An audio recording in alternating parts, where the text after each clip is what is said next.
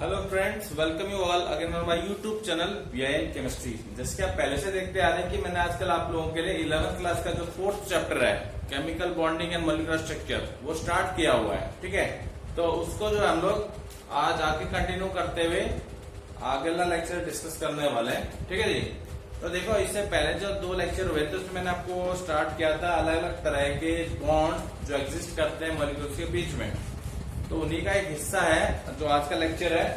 और ये आपका लेक्चर नंबर 6 होगा इस चैप्टर का।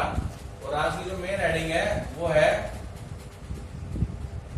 Hydrogen bonding. हाइड्रोजन बॉन्डिंग कह लो या बॉन्ड कह लो। I am totally discuss today about this type of bond known as hydrogen bond. अब ये हाइड्रोजन बॉन्ड होता क्या है उस पर ध्यान देना आपने एक बार, ठीक है जी। तो पहले इसकी डेफिनेशन लिख देता हूं, उसको ध्यान से देखिए। ठीक है जी, देखो it is a special type of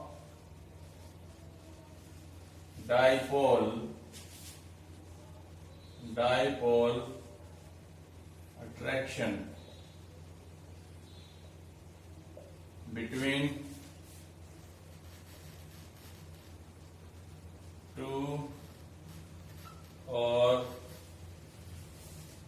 more than two molecules containing hydrogen atom covalently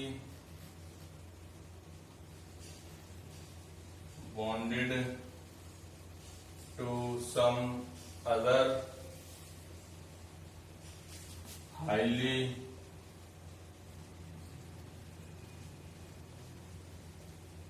electronegative atom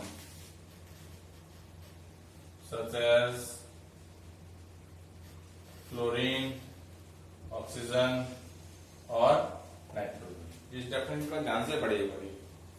मैंने बोला ये हाइड्रोजन बॉन्ड एक स्पेशल टाइप के डाइपोल अट्रैक्शंस होती हैं दो या दो से अधिक मॉलिक्यूल्स के बीच में। उन मॉलिक्यूल्स की खास बात क्या होती है? इन मॉलिक्यूल्स की खास बात ये होती है इनमें एक एटम होता है हाइड्रोजन, और वो हाइड्रोजन कोवलेंटली बॉन्डेड होता है किसी दूसरे हाईली इलेक्ट्रोनेगेटिव एटम के साथ।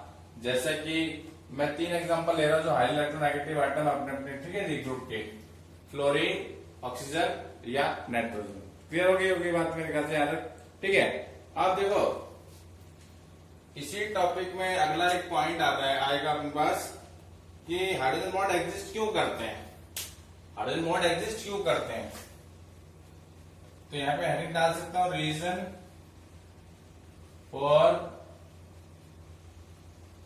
Existing of hydrogen bond.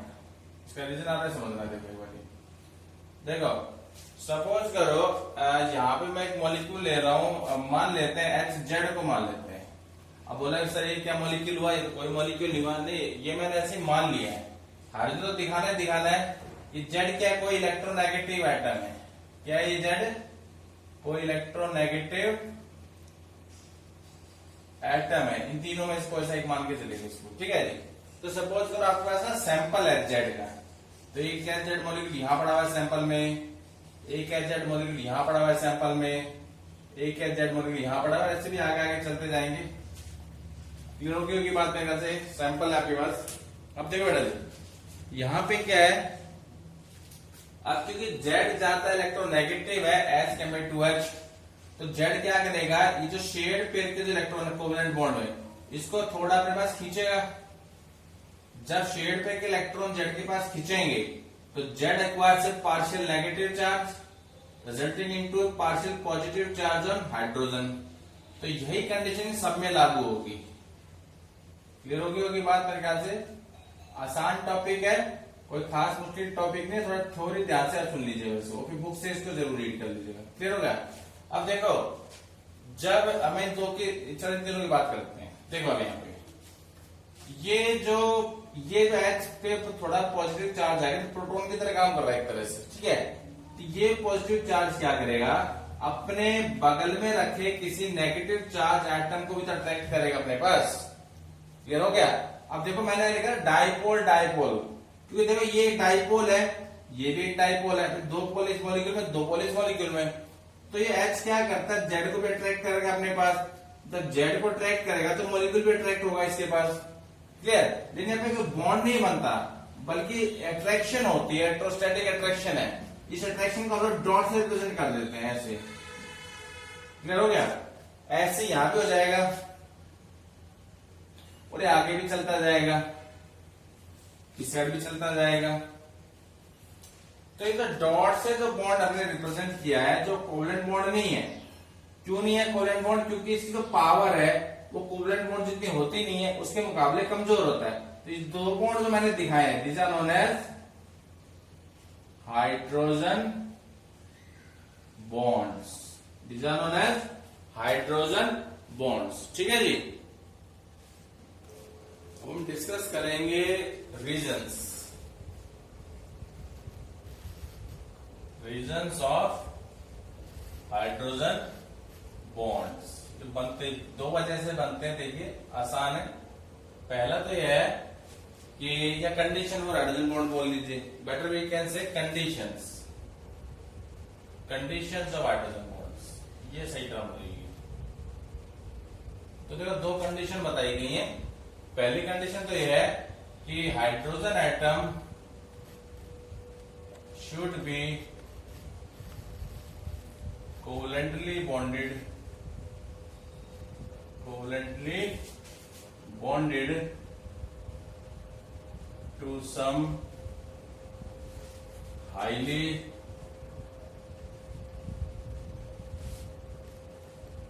electronegative atom. Highly electronegative atom से अटैच होना चाहिए हाइड्रोजन एटम मॉलिक्यूल के अंदर।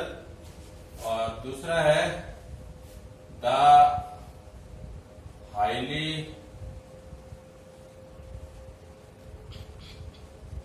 Electronegative atom should be small, छोटा होना चाहिए। अगर आपको ध्यान हो, शुरू में जो डेफिनेशन में मैंने 3 जो लिए थे, एक तो फ्लोरीन लिया था, ऑक्सीजन लिया था, ये नाइट्रोजन लिया था, ठीक है। ये तीनों अपने अपने ग्रुप के सबसे ऊपर वाले एलिमेंट्स हैं। नाइट्रोजन फैमिली है ग्रुप 15, ये ग्रुप 16 का एलिमेंट है, और ये है ग्रुप नंबर 17 का एलिमेंट। क्लियर हो गया। अपने अपने ग्रुप में सबसे ऊपर है भैया ये, जैसे फ्लोरीन, क्लोरीन, ब्रोमीन, आयोडीन, तो देखो सबसे ऊपर है। ऐसी ऑक्सीजन, सल्फर, सेलेनियम, ऑस्मियम, ठीक है। तो ये अपने ग्रुप में सबसे ऊपर है। ऐसी है फॉस्फोरस, आर्सेनिक, एंटीमनी, ये अपने ग्रुप का सबसे ऊपर वाला एलिमेंट है, इसलिए सबसे छोटा भी है अगर मैं पीरियोडिक क्लासिफिकेशन में पढ़ा हो, क्योंकि ये तीनों एलिमेंट अपने अपने ग्रुप में सबसे ऊपर है, इस वजह से सबसे छोटे हैं। क्लियर हो गया बात। तो ये हो गई आपकी कंडीशन। अब हम करेंगे कुछ एग्जांपल्स को डिस्कस करेंगे, यहीं पे कर लेते हैं इसके नीचे ही। देखिए अभी मैं कुछ ना एग्जांपल्स डिस्कस करने वाला हूँ, तीनों एग्जांपल्स को लेके ना, एटम्स को लेके, कि कुछ ऐसे मॉलिक्यूल्स शो करूंगा जिनमें हाइड्रोजन बॉन्ड आपको दिखाई देगा। सबसे पहला तो जैसे पहले बनाया था HF, उसको दोबारा से रिपीट कर देते हैं। HF मॉलिक्यूल, HF मॉलिक्यूल से हमारा मतलब है HF के कई सारे मॉलिक्यूल मैं ले रहा हूँ सैंपल में, N लगा दिया। तो HF लिख लीजिए स्ट्रेट लाइन, HF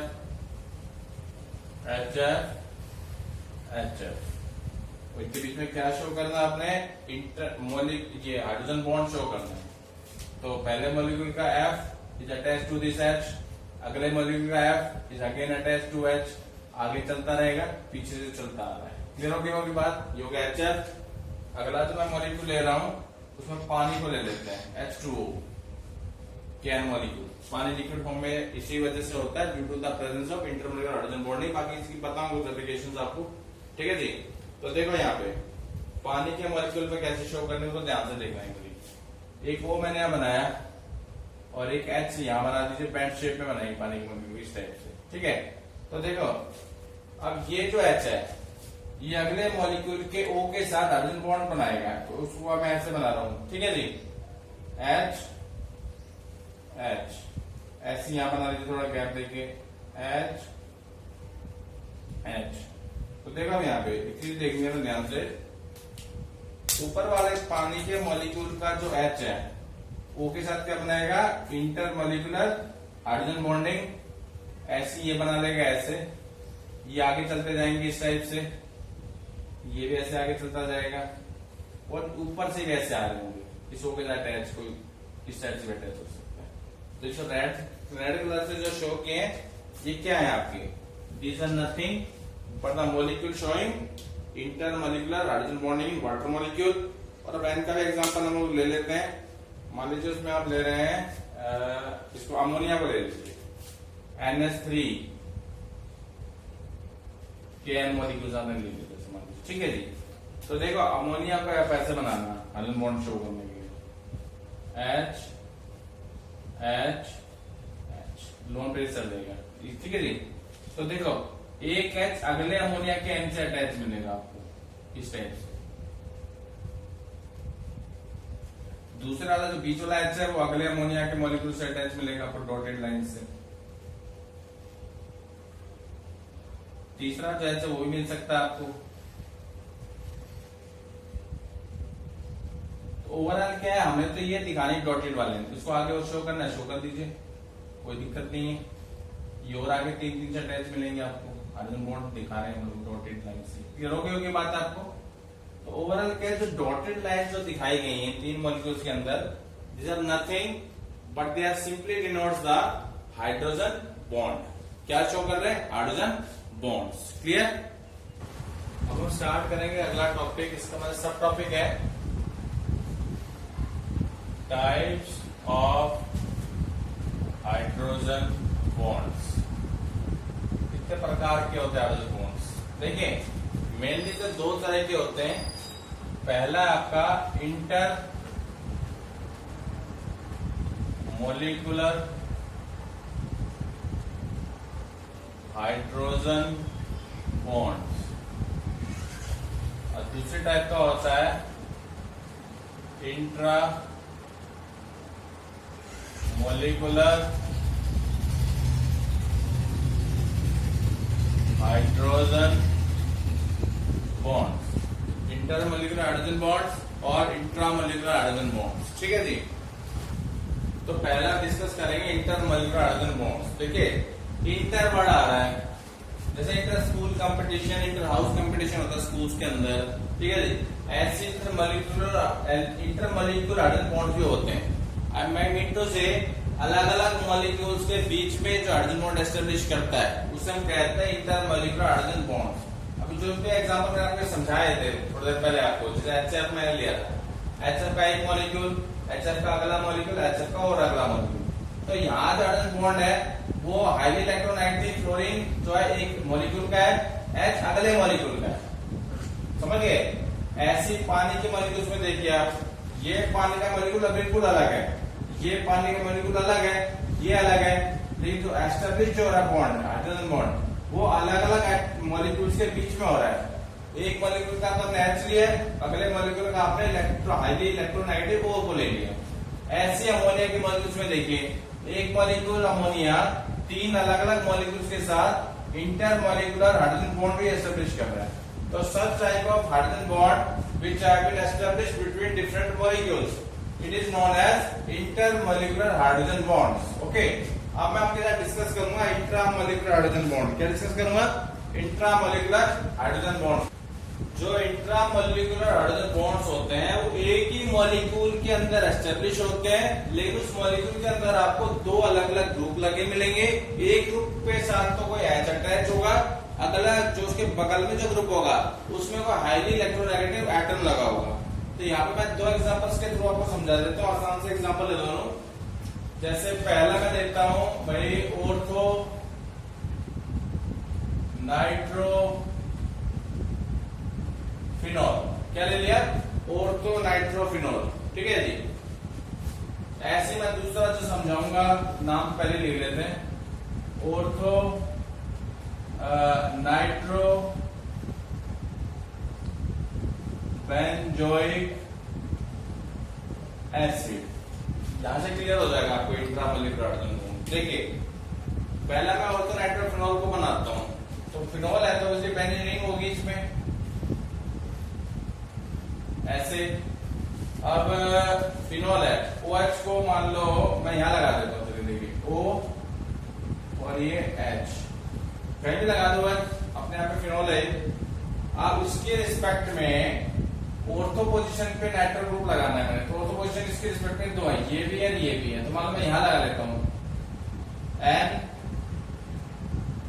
एक तो है डबल बॉन्ड हो और एक आपका कोनेट बॉन्ड से हो।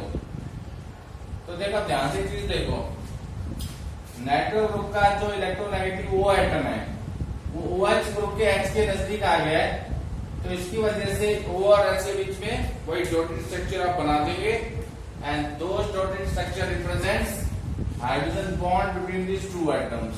दिखाई दे रहा होगा? तो this type of bond is called intramolecular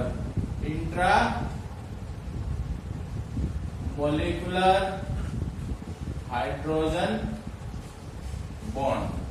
क्यों? एक ही मॉलिक्यूल में एस्टेब्लिश हो रहा है, मॉलिक्यूल तो एक ही होता है नाइट्रोफिनॉल, ठीक है जी। ऐसे ही मैं अगला जो मॉलिक्यूल लेने वाला हूं वो नाम तो पहले लिखा हुआ है, उसको आप ध्यान से देखिएगा, ऑर्थो नाइट्रो बेंजोइक एसिड। तो पहले बेंजोइक एसिड बना लेते हैं, मान लीजिए इस टाइप से COOH, ठीक है जी। अब ऑर्थो पे नाइट्रो ग्रुप लगाना है, तो इसके बगल में दो पोजीशन ऑर्थो, ये भी ऑर्थो और ये भी ऑर्थो, तो मान लीजिए मैं इसको H के नजदीक लाना है, तो इसको यहां बना देते हैं N डबल बॉन्ड O इस टाइप। तो H और O नजदीक आ गए ना, तो यहाँ पे आपको डॉटेड स्ट्रक्चर बना दीजिए इन दोनों के बीच में, और वो आपको रिप्रेजेंट करेगा इंट्रामोलिकुलर हाइड्रोजन बॉन्ड। तो ये आपको एग्जाम्पल थोड़ा ध्यान रखना है इसके, ठीक है जी। ये हो गए टाइप्स। अब मैं इसके बारे में बताऊंगा इसका क्या क्या फर्क पड़ता है मॉलिक्यूल्स के ऊपर, इन्फ्लुएंस इसके बताएंगे अभी, ठीक है जी। अब हम डिस्कस करेंगे हाइड्रोजन बॉन्डिंग का इन्फ्लुएंसेस ऑफ हाइड्रोजन बॉन्ड्स या बॉन्डिंग, ठीक है जी। तो देखिए जैसा कि आपने देखा कि हाइड्रोजन बॉन्डिंग की वजह से जो मॉलिक्यूल्स इकट्ठे हो सकते हैं, तो हम कह सकते हैं कि इसका असर पड़ता है एसोसिएशन के ऊपर, एसोसिएशन ऑफ मॉलिक्यूल्स। यानी डालने वाले एक लाइन आप लिख के आ सकते हैं कि due to hydrogen bonding, due to hydrogen bonding molecules exist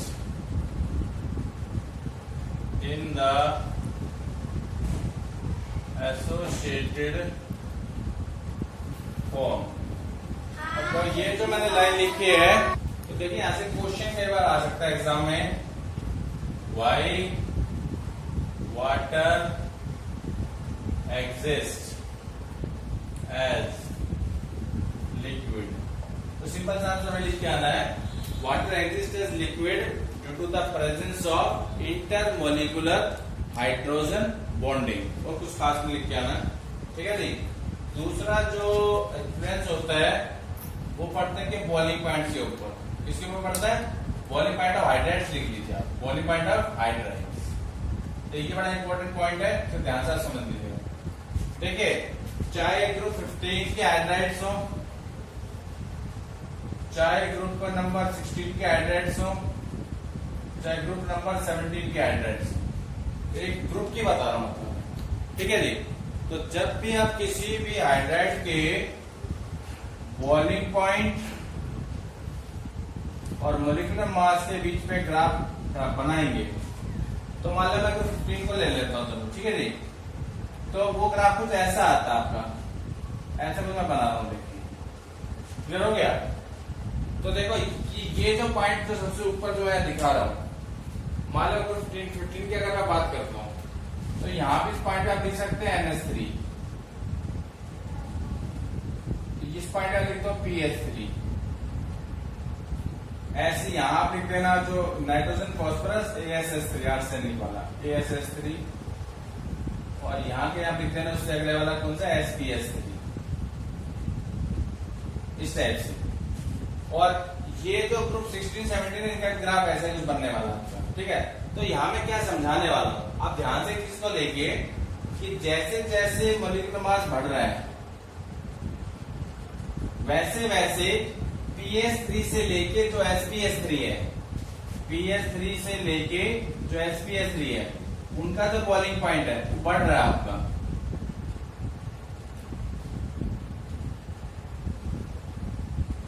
और यही कुछ इस ग्रुप में भी होगा। क्लियर हो गया आपको? लेकिन एक चीज देखिए, जो सबसे पहला वाला जो हाइड्राइड है उसका जो बॉइलिंग पॉइंट है वो इन सबसे ज्यादा है। देखो लास्ट वाला मान लो यहाँ पे आपका आएगा, ठीक है नहीं, BiS3 को मान लीजिए, चलिए। तो इस पॉइंट को ध्यान से देखिए आप, ये पॉइंट इस पॉइंट से नीचे ही है, यानी जो अमोनिया है उसका बॉइलिंग पॉइंट सबसे ज्यादा मैं दिखा रहा हूं। क्लियर हो गया? तो क्वेश्चन यही आता है, या तो आपको एक हाइड्रेट्स दे देगा, आपसे कहेगा इनको अरेंज कर दीजिए इनके बॉइलिंग पॉइंट के ऑर्डर में। क्लियर हो गया? तो आप अमोनिया को लास्ट में लिख सकते हैं इंक्रीजिंग ऑर्डर में। क्लियर हो गया बात आपको? ऐसे ही आप ग्रुप 16 का जो वाटर है उसको भी लास्ट में लिख सकते हैं, 17 का जो HF है उसको भी सबसे लास्ट में लिख सकते हैं।